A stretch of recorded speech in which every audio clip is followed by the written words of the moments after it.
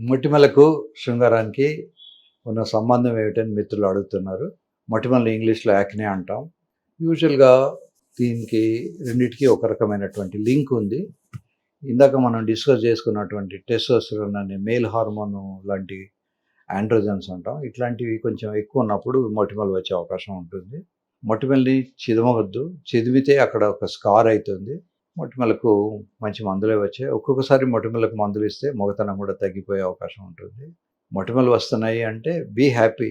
తల్లులకు పిల్లల్ని కన్న తర్వాత పొట్ట మీద గీతలు వస్తాయి. వాటిని స్ట్రయే అంటారు. చూసి సంతోషపడాలి. ఆ స్త్రీ తన పరిపక్వతను అధిగమించింది అన్నమాట.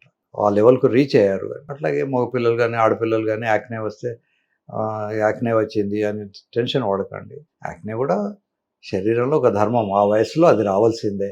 సో, ఆ వయసులో రావాల్సినవి రాకపోతేనే మనం బాధపడిపోవాలి. యాక్నే రాగానే వెంటనే దానికేదో వైద్యం చేయాలి. నా మొహం అంతా చాలా వికారంగా తయారైందని సైకలాజికల్‌గా డిస్టర్బ్ కాకండి. మీకు మరీ ఇబ్బందిగా ఉంటే డాక్టర్‌ని సంప్రదించండి. యాక్నేలకు ట్రీట్మెంట్ ఇస్తారు.